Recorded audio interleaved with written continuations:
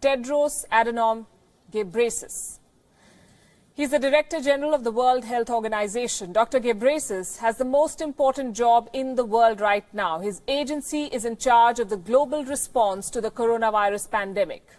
During my visit to Beijing last week, I was so impressed in my meeting with President Xi at his detailed knowledge of the outbreak and for his personal leadership,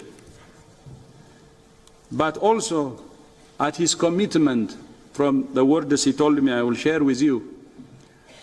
We will take serious measures at the epicenter, at the source, in order to protect our people and also to prevent the spread of the virus to other countries.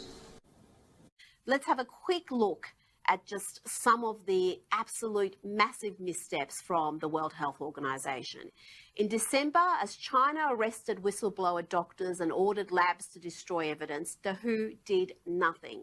Indeed, the WHO refused to listen to Taiwanese authorities about the disease's spread and the risk of human-to-human transmission. Some weeks later, in mid-January, the WHO was still spreading China's lies that there was no clear evidence of human-to-human transmission.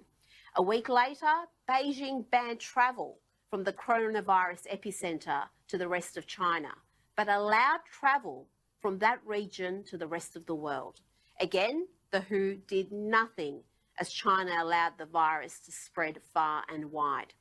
When Australia and the US imposed travel bans against China in late January, they did so against the WHO's advice. Indeed, in February, the WHO chief said that such travel bans would increase fear and stigma with little public health benefit. And he praised China's transparency while claiming the virus's spread was minimal and slow.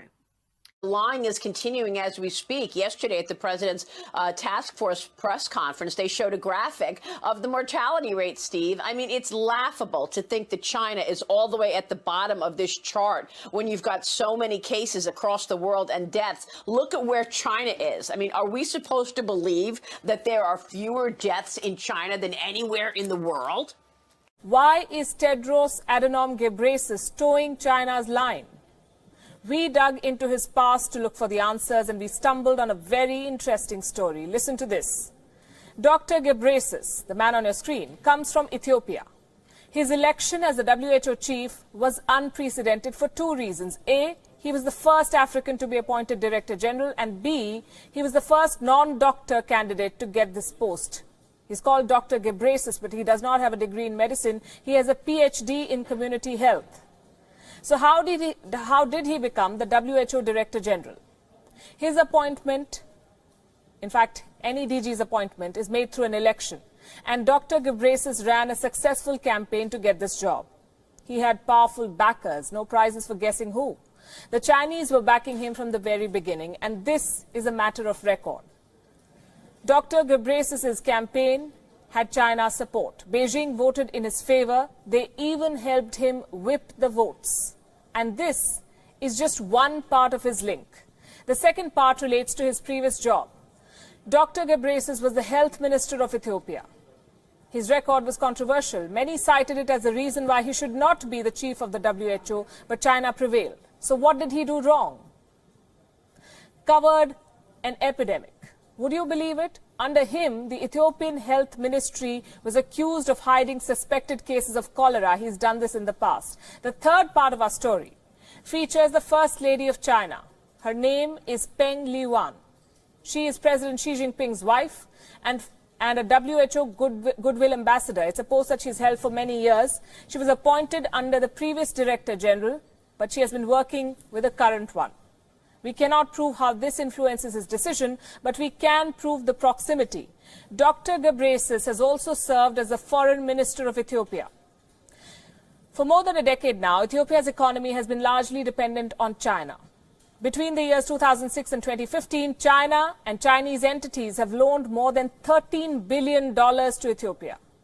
Dr. Ghebreyesus served as Foreign Minister from 2012 to 2016. Join the dots. The World Health Organization was not always so compromised.